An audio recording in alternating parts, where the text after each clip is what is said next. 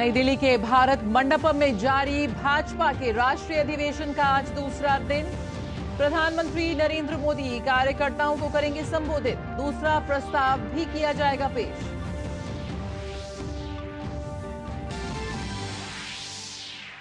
किसानों और सरकार के बीच आज चौथे दौर की होगी बातचीत। हरियाणा के 7 जिलों में 19 फरवरी तक इंटरनेट पर पाबंदी बढ़ी। आंदोलन की वजह से बॉर्डर्स पर लोगों को हो रही है काफी दिक्कतें।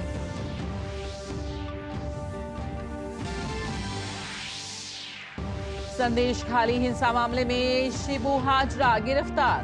दुष्कर्म का केस दर्ज होने के बाद टीएमसी नेता पर हुआ एक्शन। शिबू हाजरा सहित अब तक 18 लोग गिरफ्तार। इलाके में बाहरी लोगों के प्रवेश पर प्रतिबंध।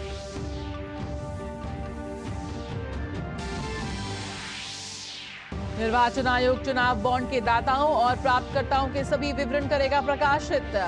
मुख्य निर्वाचन आयुक्त राजीव कुमार ने कहा, आयोग आगामी चुनावों में ईवीएम या मतपत्रों के माध्यम से मतदान पर शीर्ष अदालत के निर्देश के अनुसार करेगा कार्य।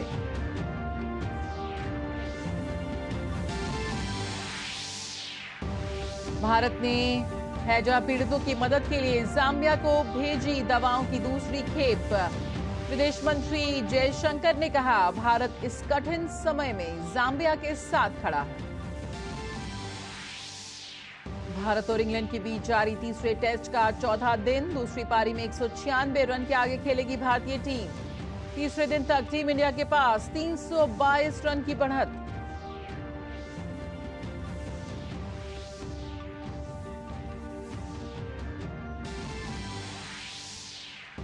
बैडमिंटन एशिया टीम चैंपियनशिप में इतिहास रचने उतरेंगी भारत की बेटियां। पहली बार फाइनल में पहुंची भारत की महिला टीम की आज थाईलैंड से होगी भिड़ंत।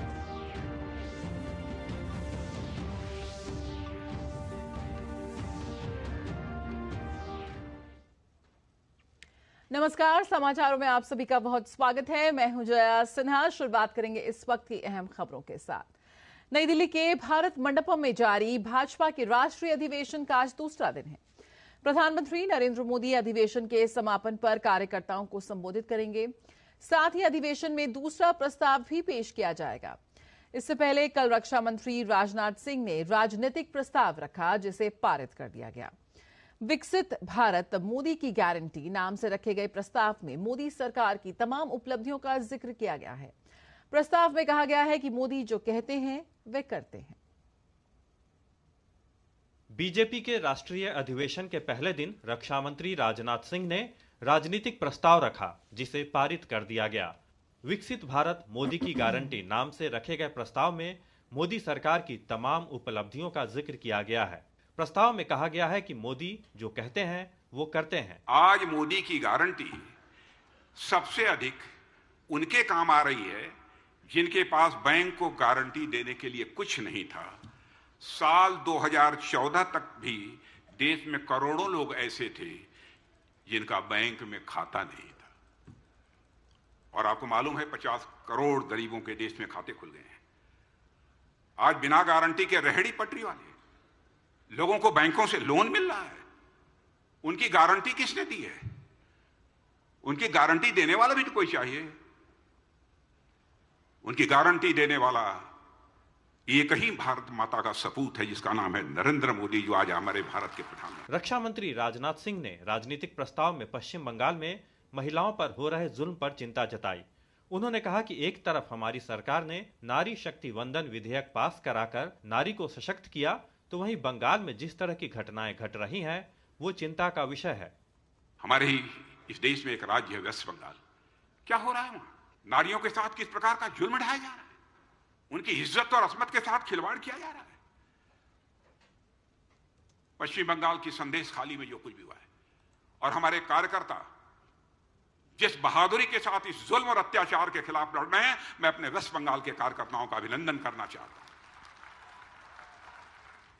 और इस प्रकार की घटनाएं मैं समझता हूं सभ्य समाज के मस्तक पर कलंक है। इसकी कठोर निंदा की जानी चाहिए। और साथियों, मैं कह सकता हूं कि भारत को संवैधानिक, राजनीतिक, सांस्कृतिक और सामाजिक रूप से मजबूत करने के लिए मोदी जी ने जो प्रयास पिछले 10 वर्षों में किए हैं, वो इस देश के इतिहास में दावे के साथ मैं कह सकता हूं पहले कभी नहीं हुआ है। रक्षा मंत्री राजनाथ सिंह ने कहा कि अब की बार 400 पार एक नारा नहीं बल्कि हर कार्यकर्ता का संकल्प होना चाहिए। इस संकल्प को लेकर गांव-गांव जाना है और प्रधानमंत्री नरेंद्र मोदी को तीसरी बार प्रधानमंत्री बनाना है। राजनीतिक प्रस्ताव का अनुमोदन वित्त मंत्री निर्मला सीतारमण ने किया। राजेश राज के साथ शैलेंद्र मिश्र, DD news, Delhi. Bharatiya Janata party के राष्ट्रीय अधिवेशन के पहले दिन राजनीतिक प्रस्ताव रक्षा मंत्री राजनाथ सिंह ने पेश किया और वित्त मंत्री निर्मला सीतारमण ने राजनीतिक प्रस्ताव का अनुमोदन किया। इसी मुद्दे पर डीडी न्यूज की टीम से भारतीय जनता पार्टी की राष्ट्रीय प्रवक्ता और भुवनेश्वर से बीजेपी सांसद अपराजिता सारंगी ने विशेष बातचीत करते हुए कहा कि भाजपा के अधिवेशन से पार्टी कार्यकर्ताओं में उत्साह का संचार हुआ है और पार्टी के कार्यकर्ता अब की बार 400 पार का संकल्प लेकर गांव-गांव तक जा रहे हैं। भारत मंडपम में बीजेपी की राष्ट्रीय प्रवक्ता और सांसद अपराजिता सारंगी से राजेश राज से एक्सक्लूसिव बातचीत। आइए सुनते हैं क्या कुछ कहा उन्होंने। अधिवेशन के पहले दिन राजनीतिक प्रस्ताव राजनाथ सिंह ने पेश किया और निर्मला सीतारमण जो वित्त मंत्री हैं उन्होंने इसका अनुमोदन किया और हमारे साथ अपराजिता सारंगी जो भुवनेश्वर से भारतीय जनता पार्टी की सांसद हैं और बीजेपी की प्रवक्ता भी हैं वो बातचीत के लिए मौजूद हैं। कैसे देखती हैं मैम जिस तरीके से पॉलिटिकल रेजोल्यूशन में हिंदुस्तान में जो राम मंदिर जो भव्यता का प्रतीक है उसको कहीं ना कहीं सांस्कृतिक पुनर्जागरण का प्रतीक बताया गया, क्या कहेंगे आप? प्रभु श्री राम को 500 वर्षों के बाद जगह मिली, सुंदर भव्य मंदिर बना और प्राण प्रतिष्ठा की गई और आपने देखा कि 140 करोड़ लोगों के मन में धर्म जाति, मुझे लग रहा है इसको दूर कर दे आप, धर्म जाति निर्विशेष सब लोगों ने सामने आकर इसका स्वागत किया। आज का अधिवेशन बहुत ही सफल रहा। जो उद्देश्य लेकर अधिवेशन को बुलाया गया था निश्चित तौर पर मैं कहूंगी उस उद्देश्य की पूर्ति हुई है। सबके मन में आशा की सृष्टि हुई, सबके मन में उत्साह की सृष्टि हुई और हम सब एक लक्ष्य को लेकर अपने अपने क्षेत्रों में परसों जाएंगे। जब अधिवेशन समाप्त हो जाएगा हमें जीतना है। 370 भारतीय जनता पार्टी सीट्स लाएगी और जहां तक एनडीए का सवाल है 400 पार होगा, इसमें दो मत नहीं है क्योंकि हमारी सरकार की और हमारी भारतीय जनता पार्टी की नीति, नियत और नेतृत्व, इन तीनों को लेकर हम सब गर्वित हैं और 140 करोड़ भारत की जनता भी इस बात को समझती है। Thank you. शुक्रिया। अपराजिता सारंगी जो भारतीय जनता पार्टी की प्रवक्ता हैं और सांसद भी हैं बीजेपी की, उनकी जो राजनाथ सिंह की तकरीर थी उस दौरान जो पूरे सभागार में तालियों की गड़गड़ाहट के बीच प्रधानमंत्री नरेंद्र मोदी का स्वागत किया जा रहा था और संकल्प व्यक्त किया जा रहा था कि अब की बार 400 पार का जो नारा है उस संकल्प को लेकर गांव-गांव तक जाना है, उसका असर कहीं न कहीं कार्यकर्ताओं पर साफ तौर पर देखा जा रहा था। कैमरामैन संदीप के साथ भारत मंडपम, नई दिल्ली से मैं राजेश राज, डीडी न्यूज के लिए। और अब बात किसानों की। सरकार और किसानों के बीच आज चौथे दौर की बातचीत होगी। इससे पहले किसानों और सरकार के बीच 3 दौर की बैठक हो चुकी है। पिछली बार चंडीगढ़ में हुई बैठक के बाद कृषि मंत्री अर्जुन मुंडा ने कहा था कि किसानों के साथ सकारात्मक बातचीत हुई। इसमें 3 केंद्रीय मंत्रियों के अलावा पंजाब के मुख्यमंत्री शामिल हुए थे। आज चौथे दौर की बातचीत में एक बार फिर किसानों और केंद्रीय मंत्रियों के बीच बातचीत होगी। ऐसे में उम्मीद जताई जा रही है कि इस बार बैठक में कोई समाधान निकल सकता है। इस बीच किसानों के आंदोलन को देखते हुए हरियाणा के 7 जिलों में इंटरनेट पर पाबंदी को 19 फरवरी रात 12 बजे तक बढ़ा दिया गया है। किसानों के प्रदर्शन के बीच विपक्षी दलों की सियासत भी जारी है। किसान संगठनों का अपनी मांगों को लेकर प्रदर्शन जारी है। इस बीच केंद्रीय कृषि मंत्री अर्जुन मुंडा ने कहा है कि किसान संगठनों और सरकार के बीच हो रही बातचीत को राजनीतिक दृष्टि से नहीं देखना चाहिए। उन्होंने कांग्रेस पर राजनीति करने का आरोप लगाते हुए कहा कि आज कांग्रेस जिन मुद्दों पर बात कर रही है उन पर पहले फैसले क्यों नहीं लिए गए। हम किसानों और किसान संगठनों के साथ बातचीत कर रहे हैं। इसे राजनीतिक दृष्टि से देखने की कोशिश न किया जाए तो बेहतर है पर कांग्रेस यदि इसे राजनीतिक दृष्टि से देख रही है तो मैं यही कहूंगा कि उन्हें इस बात का ध्यान रखना चाहिए कि जो बातें आज सामने आ रही है, जब उनकी सरकार थी तो उस समय में इन सारे विषयों पर उन्होंने क्यों निर्णय नहीं लिया। वहीं भारतीय जनता पार्टी के राष्ट्रीय अधिवेशन में पहुंचे सांसद और बीजेपी किसान मोर्चा के अध्यक्ष राजकुमार चाहर ने भी कांग्रेस पार्टी और राहुल गांधी पर किसानों की आड़ में राजनीति करने का आरोप लगाते हुए कहा कि राहुल को किसानों और खेती के बारे में कुछ भी जानकारी नहीं है। पंजाब के कुछ जिलों के किसान कुछ मुद्दों को लेकर चले हैं, उन पर चंडीगढ़ में जाके सरकार ने बातचीत की है, उन पर समाधान निकलेगा। जिन मुद्दों पर चर्चा की आवश्यकता है किसानों के हित में, उन पर चर्चा होगी और जो किसानों के हित में होगा, देश के प्रधानमंत्री मोदी जी हमेशा निर्णय लेते आए, आगे भी करें। 65 साल कांग्रेस पार्टी की सरकार रही, मुझे कहते हुए बड़ा दुख हो रहा है, वो राहुल गांधी जो अंतर नहीं जाता लाल मिर्च और हरी मिर्च कैसी होती है, वो एमएसपी की बात कर रहे हैं। 65 साल तक कांग्रेस पार्टी ने कभी एमएसपी पर चर्चा नहीं की। इस बीच पंजाब किसान मजदूर संघर्ष कमेटी ने सरकार से एमएसपी पर अध्यादेश के जरिए कानून बनाने की मांग की है। धान और गेहूं पे एमएसपी हमें मिल रही है तो इसका संबंध महंगाई से कहां है, बोल दे। मैं उचित जवाब दे रहा हूं उनको, कहां से महंगाई। जिन फसलों पे सरकार खरीदी करती है उनका रेट बाजार में कम है।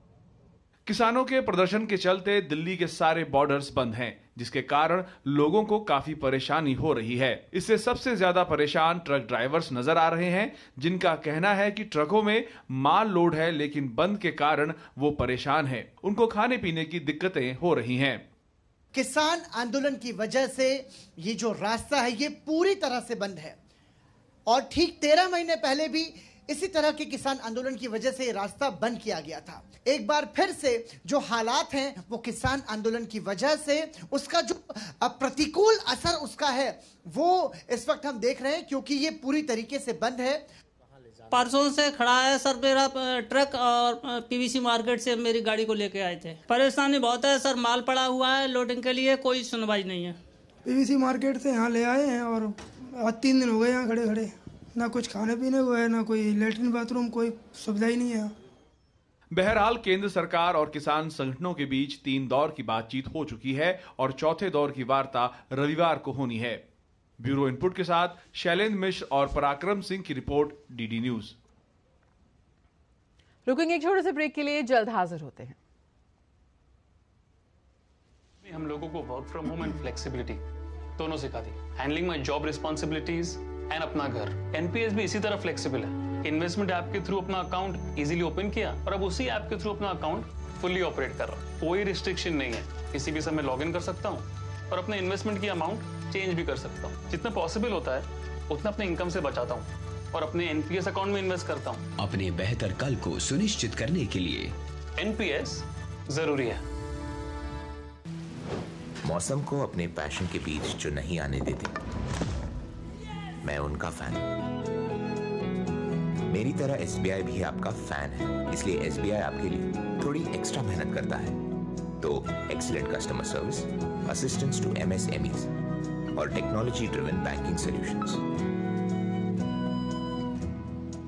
घर छोड़ दूं, एसबीआई बदल रहा है क्योंकि हम एक बदलते देश के फैन हैं। एसबीआई, देश का फैन। मोदी सरकार की गारंटी, सभी को मिल रही हैं सस्ती एवं अच्छी दवाएं, वो भी कम से कम 75% कम कीमतों पर। और अब देश भर में 25,000 जन औषधि केंद्रों के अभियान के तहत रोजगार के अवसर की भी गारंटी।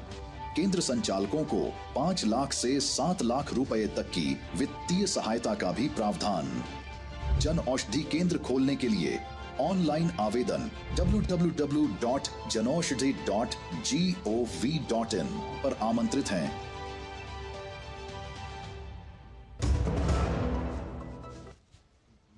ब्रेक के बाद स्वागत है। सबसे पहले बात यहां पे करेंगे पश्चिम बंगाल की, जिसके 24 उत्तरी परगना जिले के संदेशखाली हिंसा में शामिल टीएमसी नेता शिबू हाजरा को पुलिस ने अरेस्ट किया है। महिलाओं ने हाजरा पर यौन उत्पीड़न के आरोप लगाए। पुलिस ने संदेशखाली हिंसा के मामले में दर्ज की गई एफआईआर में सामूहिक दुष्कर्म की धारा जोड़े जाने के बाद शिबू हाजरा को अरेस्ट किया है। पुलिस ने तृणमूल कांग्रेस नेता शिबू प्रसाद हाजरा को नजात से गिरफ्तार किया। शिबू हाजरा के ऊपर यौन उत्पीड़न के साथ धमकाने और जमीन कब्जाने के भी आरोप हैं। शिबू हाजरा के संदेश खाली में पोल्ट्री फार्म थे। आरोप है कि उसने ये पोल्ट्री फार्म सरकारी जमीन के साथ अन्य लोगों की जमीन पर बनाए हुए हैं। शाहजहां शेख के करीबी होने के कारण लोग विरोध नहीं कर पा रहे थे। संदेश खाली हिंसा के मामले में शाहजहां शेख के अलावा शिबू हाजरा और उत्तम के नाम भी सामने आए थे। और संदेश खाली हिंसा के मामले में ये अब तक की पहली और बड़ी गिरफ्तारी हुई है। शिबू हाजरा को संदेश खाली हिंसा के मास्टरमाइंड शाहजहां शेख का करीबी माना जाता है। हाजरा को आज शाम में हम लोग नजाट पीएस एरिया से अरेस्ट किए हैं। अब तक शिबू को लेके 18 लोग अरेस्ट हुए हैं और बाकी जो केसेस हैं, जो भी कंप्लेंट्स हमें मिल रहे हैं, उसकी इन्वेस्टिगेशन चल रहा है। जैसे जैसे प्रोग्रेस होगा वैसे हम अपडेट देते रहेंगे। और नई दिल्ली में जदयू संसदीय दल के नेता लल्लन सिंह और संजय झा ने पूर्व राष्ट्रपति रामनाथ कोविंद की अध्यक्षता वाली उच्च स्तरीय समिति से मुलाकात कर वन नेशन वन इलेक्शन के संदर्भ में आधिकारिक ज्ञापन सौंपा। ज्ञापन के अनुसार मुख्यमंत्री नीतीश कुमार और जनता दल यूनाइटेड पार्टी का मानना है कि सुशासन की संरचना को मजबूत करने की दिशा में एक देश एक चुनाव एक महत्वपूर्ण कदम होगा।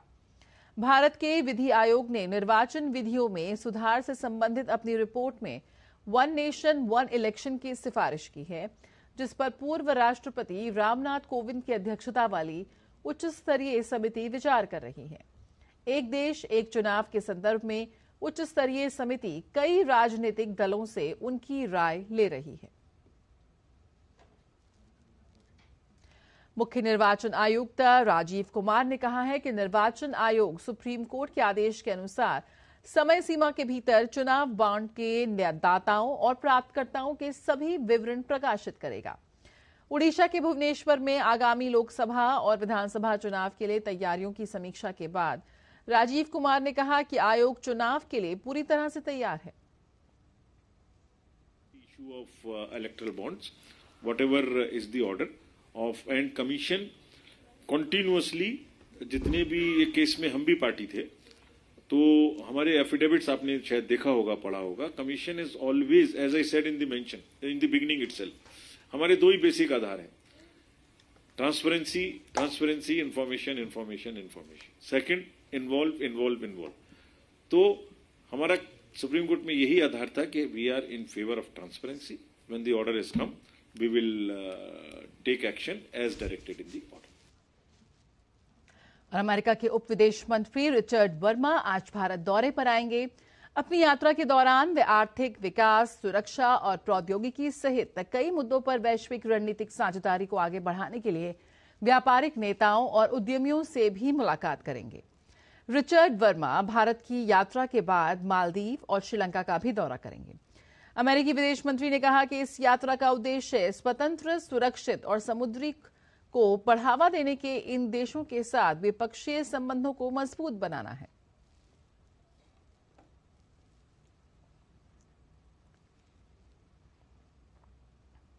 तो अमेरिका के उप विदेश मंत्री का भारत दौरा।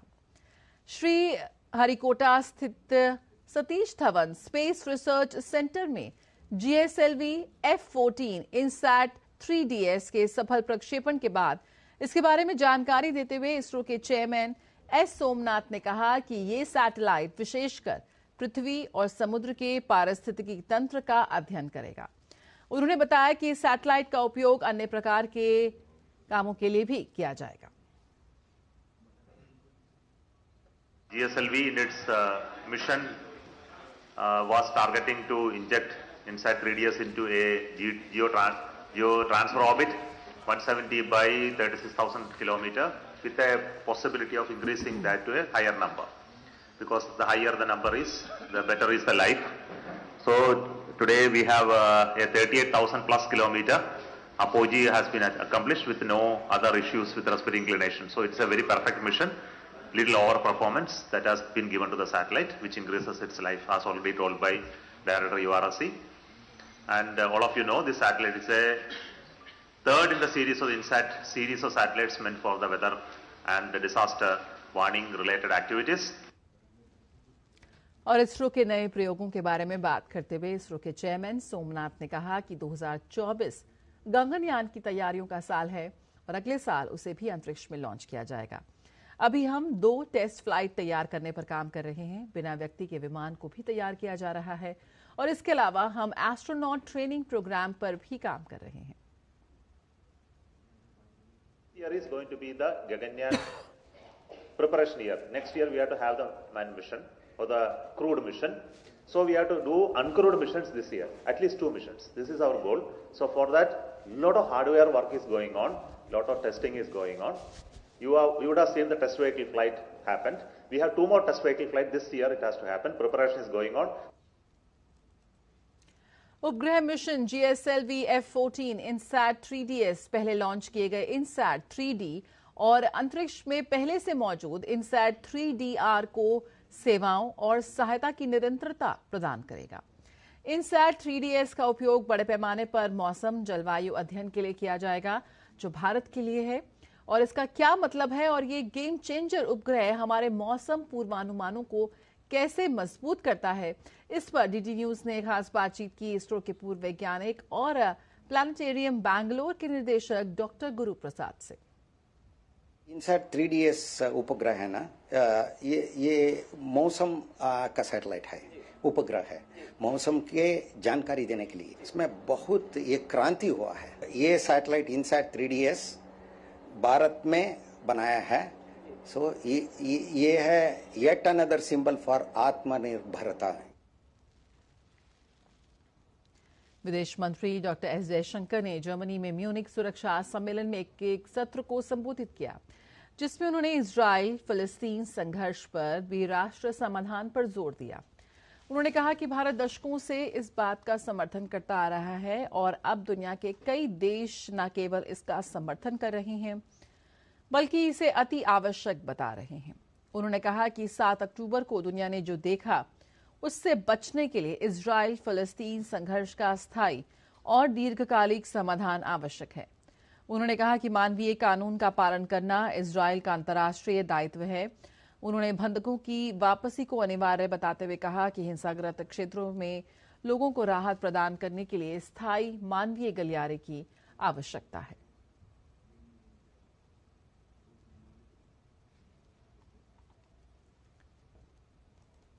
It's important today to make a distinction between being non-West and anti-West.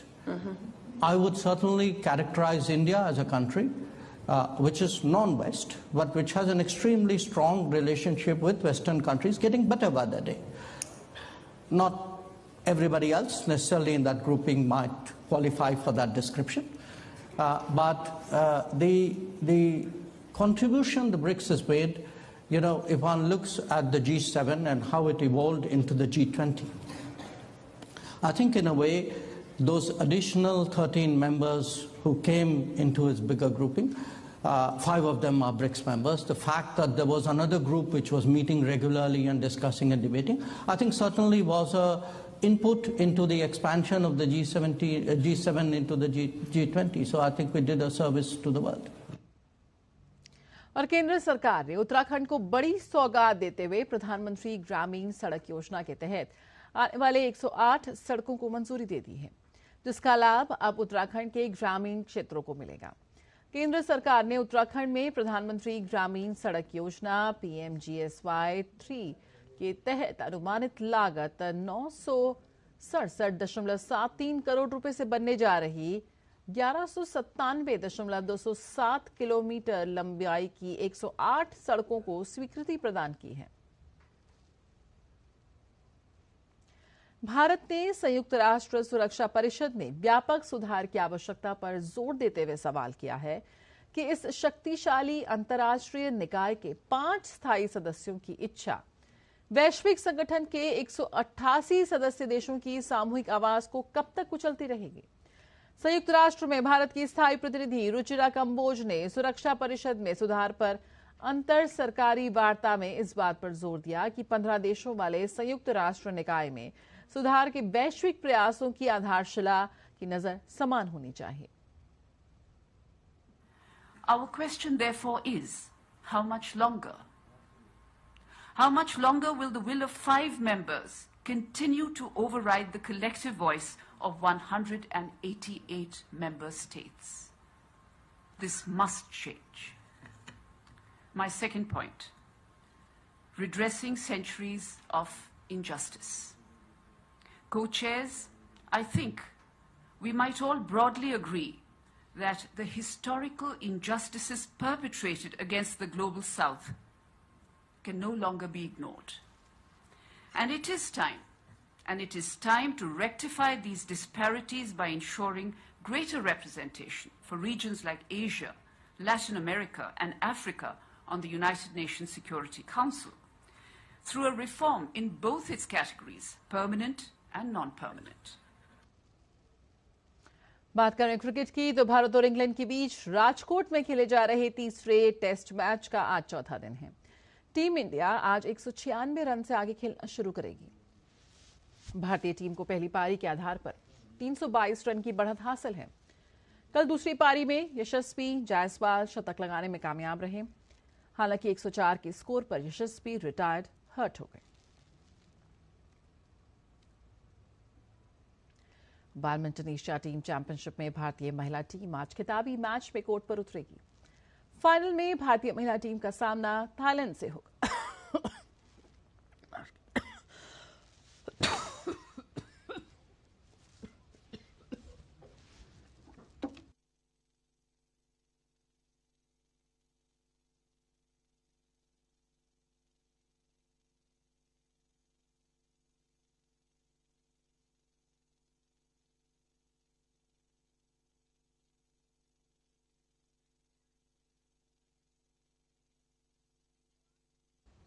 और समाचारों में फिलहाल इतना ही। नमस्कार।